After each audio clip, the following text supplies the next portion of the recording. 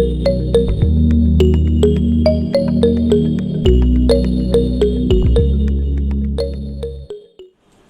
শিক্ষার্থীবৃন্দ, আজকে আমরা শুরু করতে যাচ্ছি এপিসোড। আজকের এপিসোডে আমরা যে বিষয় নিয়ে আলোচনা করব সেটা হচ্ছে কি উদ্বৃত্তপত্রের একটি আইটেম, যেটার নাম হচ্ছে লোন, বাংলায় যেটাকে ঋণ বলা হয়।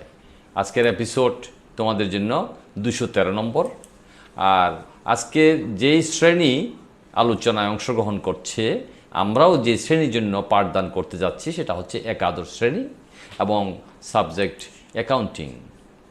আর প্রতিদিনকার মতো আজকেও আমরা কিছু ইম্পর্ট্যান্ট জার্নাল নিয়ে আলোচনা শুরু করব এবং আজকের জার্নালের বিষয় হচ্ছে ঋণ সংক্রান্ত জাবেদা। একটু আগেই আমি যে কথাটা বললাম যে উদ্বৃত্তপত্র আমাদের যেটা থাকে, সেই উদ্বৃত্তপত্রের দুই পাশে আমরা যে আইটেমগুলো পাই, ডান পাশে আমরা পাই সম্পত্তি ও স্থিতি, আর বাম পাশে পাই মূলধন ও দায়।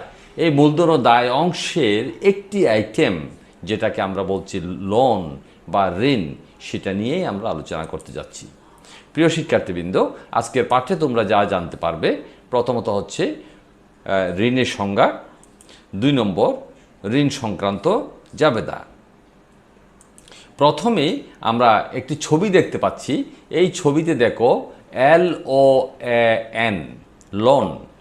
এই লোন, একজন দাতা এবং একজন গ্রহীতা দাঁড়িয়ে আছে। এই লোন সম্পর্কেই কিন্তু আমাদের মৌলিক আলোচনা। এই ছবির মাধ্যমে আমরা একটি লোনকে মনে রাখার একটি চেষ্টা করেছি। এখন আমরা লোন বা ঋণের সংজ্ঞা নিয়ে আলোচনা করব। ঋণের সংজ্ঞা কি? একটি প্রতিষ্ঠান পরিচালনার জন্য মূলধনের ঘাটতি হলে, অর্থাৎ নগদ টাকার সংকট হলে, অন্য ব্যক্তি বা প্রতিষ্ঠান থেকে ভবিষ্যতে পরিশোধের শর্তে নগদ বা নগদ সমতুল্য দ্রব্য নেওয়া হলে তাকে ঋণ বা লোন বলে। শিক্ষার্থীবৃন্দ, আমরা সংজ্ঞা নিয়ে আলোচনা করলাম যে এখানে আমরা দেখতে পাচ্ছি যে যদি মূলধনের একটি প্রতিষ্ঠানে ঘাটতি হয়, অর্থাৎ যে মূলধন নিয়ে আমরা কাজ শুরু করি, সেই মূলধন সরবরাহে যদি প্রতিষ্ঠানের মালিক বা মালিক পক্ষ যদি অর্থ সংকটে পড়ে, তখন বাহির থেকে কোনো ব্যক্তি বা প্রতিষ্ঠানের কাছ থেকে যে টাকাটা সংগ্রহ করা হয় বা নগদ সংগ্রহ করা হয়, সেটাকেই বলা হয় লোন। প্রিয় শিক্ষার্থীবৃন্দ, আমরা এখন একটি ছবি দেখতে পাচ্ছি। সেই ছবিতে দেখো একজন, এর হাতে কিছু মুদ্রা আছে এবং আরেকজন সেই মুদ্রা গ্রহণ করছে। যিনি প্রদান করছেন উনি ব্যক্তিও হতে পারেন অথবা কোনো প্রতিষ্ঠানের পক্ষেও প্রদান করছেন হতে পারে। আর যিনি গ্রহণ করছেন ডান পাশে, উনি হচ্ছেন ঋণ গ্রহীতা। কেমন? এখন চলো আমরা ঋণ এর কিছু উদাহরণ দেখি। যেমন ব্যাংক জমা অতিরিক্ত উত্তোলন, বন্ধকের ঋণ, রাশেদের নিকট থেকে নগদ ধার নেয়া ইত্যাদি। উল্লেখ্য যে ঋণ প্রতিষ্ঠানের জন্য দায় এবং উদ্বৃত্তপত্রে মূলধন ও দায় পাশে লেখা হয়। আমরা কিন্তু এপিসোড শুরু করার আগেই কিন্তু কথাটা তোমাদের জন্য উল্লেখ করেছি যে উদ্বৃত্তপত্র যে তৈরি করা হয়, সেই উদ্বৃত্তপত্র যদি হরিজন্টাল হয় তাহলে বাম পাশে হয়, আর যদি ভার্টিক্যাল হয় তাহলে সেটা নিচের অংশে হয়। মূলধন ও দায়ের পাশে সেই একটি আইটেম ঋণ। সেই ঋণের আমরা এখন আরেকটি সংজ্ঞা আলোচনা করতে যাচ্ছি, যেটা উইকিপিডিয়াতে উল্লেখ করা আছে। শিক্ষার্থীবৃন্দ, এখন চলো আমরা সেই সংজ্ঞাটা কি জেনে নিই। A loan is when money is given to another party in exchange for repayment of the loan principal amount plus interest. এখানে দুইটি মৌলিক বিষয় আমরা দেখতে পাচ্ছি। একটা হচ্ছে কি প্রিন্সিপাল অ্যামাউন্ট, অর্থাৎ যে টাকাটা আমি লোন হিসাবে নেব, এবং ইন্টারেস্ট, অর্থাৎ ওই টাকাটা ব্যবহারের জন্য যিনি লোন দিয়েছেন তিনি একটা সুবিধা আশা করেন। সেই সুবিধাটার নাম ইন্টারেস্ট। কেমন? সেই মৌলিক টাকা বা প্রিন্সিপাল অ্যামাউন্ট এবং ইন্টারেস্ট, এই দুইটি টাকাই আমাকে ফেরত দিতে হবে। আর যদি ঋণদাতা আমাকে সময় দেন, তাহলে আগে সুদের টাকা ফেরত দেব, তারপরে মৌলিক টাকা ফেরত দেব, অথবা সুদ এবং মৌলিক টাকার কিছু অংশ আমি তার কাছে ফেরত দেব, শর্তেও যে এরকম থাকে সেভাবেই কিন্তু আমরা লোনটা ফেরতের ব্যবস্থা করব। এখন ঋণ সম্পর্কে আমরা আরেকটি বিষয় জানতে যাচ্ছি, সেটা হচ্ছে কি কয় প্রকার, অর্থাৎ প্রকারভেদ। দেখো, প্রথমে দীর্ঘমেয়াদী ঋণ বা লং টার্ম লোন, যে লোন আমরা দীর্ঘ সময়ের ব্যবহারের জন্য নিয়ে থাকি, সেটা হচ্ছে লং টার্ম লোন। যেমন বন্ধকি ঋণ, আমি জমি অথবা আমার বাড়ি, আমার গাড়ি অথবা স্থাবর সম্পত্তি বন্ধক রেখে কাগজের মাধ্যমে দালিলিকভাবে বন্ধক রেখে যদি লোন নিয়ে থাকি, সেটার নাম হচ্ছে বন্ধকি ঋণ। আর ঋণপত্র হচ্ছে যৌথ মূলধনী কোম্পানি তার মূলধন সংকটের সময় যে ঋণপত্র বিক্রি করে, শেয়ার বিক্রয়ের পরিবর্তে ঋণপত্র বিক্রি করে ঋণ নেয়, সেই ঋণপত্রটা হচ্ছে দীর্ঘমেয়াদী ঋণ। কেমন? তবে শেয়ার এবং ঋণপত্রের মধ্যে মৌলিক পার্থক্য হচ্ছে শেয়ারের মালিকগণ কোম্পানির মালিক, আর ঋণপত্রের মালিকগণ কোম্পানিতে ঋণদাতা। শেয়ারের মালিকগণ কোম্পানির লাভ বা লোকসানের ভাগ পেতে পারে, কিন্তু ঋণপত্রের মালিকগণ লাভ লোকসানের ভাগ পাবে না, কিন্তু তারা নির্দিষ্ট হারে সুদ পাবে। আমাদের এই উদাহরণে কিন্তু সেই 12% ঋণপত্রের কথা উল্লেখ আছে। নেক্সট হচ্ছে স্বল্প মেয়াদের ঋণ বা শর্ট টার্ম লোন, যেমন ব্যাংক জমাতিরিক্ত উত্তোলন, 10% সুদে 6 মাসে পরিশোধযোগ্য ঋণের নিকট থেকে ঋণ গ্রহণ ইত্যাদি। তাহলে 6 মাস তো খুব স্বল্প সময়, 6 মাস কেমন স্বল্প সময়, 3 মাস, 1 মাস, 8 মাস, 1 বছর, এগুলো স্বল্প সময়। সুতরাং এই স্বল্প সময়ের জন্য যদি ঋণ নিয়ে থাকি, সেটা হচ্ছে স্বল্প মেয়াদী ঋণ। এখন আমরা দেখতে পাবো ঋণের উদ্দেশ্য কি, কেন আমরা ঋণ গ্রহণ করে থাকি। 1 নম্বর হচ্ছে নগদ তারল্য সংকট পূরণ করার জন্য। আমরা এতক্ষণ যে আলোচনাগুলো করছি, বারবারই একটা কথা বলে আসছি যে মূলধন সংকট বা মূলধন যখন ঘাটতি হয়, মূলধন যখন কমে যায় ব্যবহার করতে করতে, তখন আমরা সেই ঋণ নিয়ে থাকি, তাহলে নগদ তারল্য সংকট পূরণ করার জন্য। 2 নম্বর হচ্ছে মূলধন ঘাটতি পূরণ, অর্থাৎ মূলধনের বিকল্প হিসাবে আমরা ঋণ নিয়ে থাকি।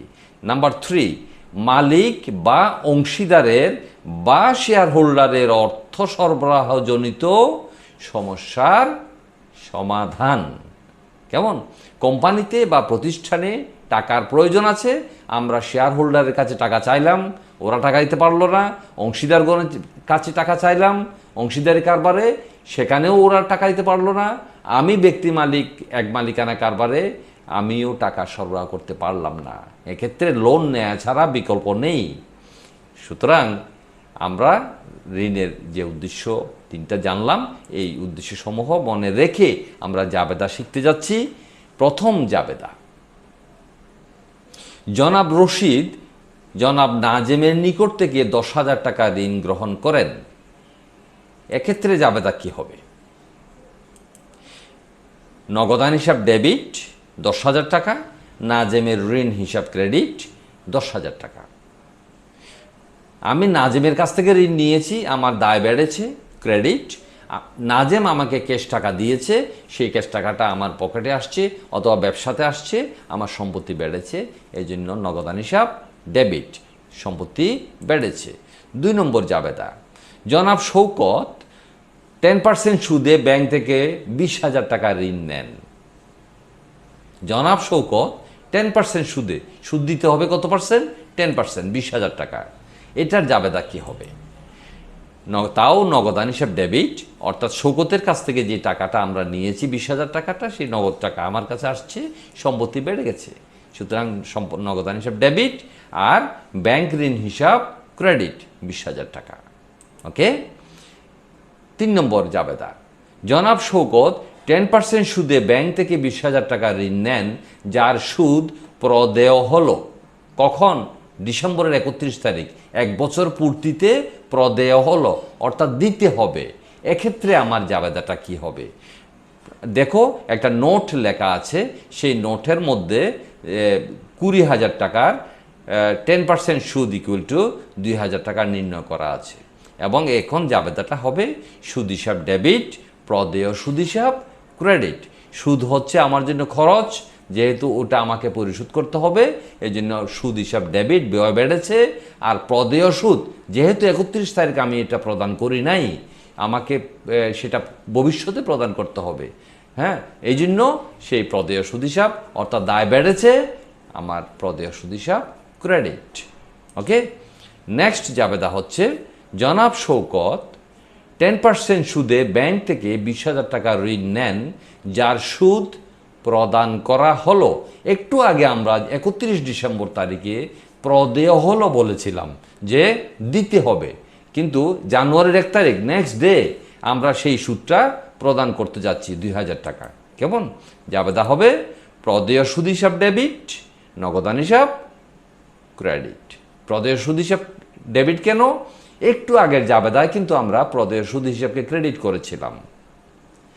এখন সেই প্রদেয় দায়টা কমে যাচ্ছে, প্রদেয় কমে যাচ্ছে, যার কারণে ডেবিট হলো, আর নগদ টাকা চলে যাচ্ছে, সেই জন্য নগদান হিসাব বা সম্পত্তি মাইনাস হচ্ছে বলে নগদান হিসাবকে ক্রেডিট করা হলো। নেক্সট জাবেদা, জনাব রশিদ জনাব কাশেমের নিকট থেকে গৃহীত 30,000 টাকার ঋণ 32,000 টাকায় পরিশোধ করেন। এখানে খেয়াল করে দেখো, 30,000 টাকা ঋণ নেওয়া হয়েছিল, কিন্তু আরও 2,000 টাকা বেশি দিয়ে তাকে ঋণটা পরিশোধ করা হলো। তাহলে সেই 2,000 টাকাটা কি? চিন্তা করে দেখো তো, সেই 2,000 টাকাটা সুদ। কেমন? তাহলে সুদ এবং আসল দোনোটাই পরিশোধ করা হচ্ছে। এক্ষেত্রে জাবেদাটা হবে, দেখো, ঋণ হিসাব ডেবিট, যেহেতু ঋণ পরিশোধ করে ফেলা হচ্ছে, দায় কমে যাবে, সুতরাং দায় যদি কমে যায় ডেবিট, ঋণ হিসাব ডেবিট। আর 2,000 টাকাটা যে আমি সুদ প্রদান করছি, সেই 2,000 টাকা আমার জন্য খরচ, সুদ হিসাব ডেবিট। আর নগদ আমার কাছ থেকে চলে যাচ্ছে, সম্পত্তি কমে যাচ্ছে, নগদান হিসাব ক্রেডিট 32,000 টাকা। ওকে, প্রিয় শিক্ষার্থীবৃন্দ, আমরা ইম্পর্ট্যান্ট যে জার্নালগুলো নিয়ে আলোচনা শুরু করেছি, দীর্ঘদিন থেকে আমরা এই আলোচনাগুলো করে আসছি। আজকে আমরা এই আলোচনার সাময়িকভাবে শেষ করতে যাব। ভবিষ্যতে আরও আলোচনা আমরা ইনশাআল্লাহ আসবো, আরও আলোচনা নিয়ে। আজকের মতো আমরা ইম্পর্ট্যান্ট জার্নাল শেষ করতে যাচ্ছি। সবাই ভালো থেকো, সুস্থ থেকো, আল্লাহ হাফিজ।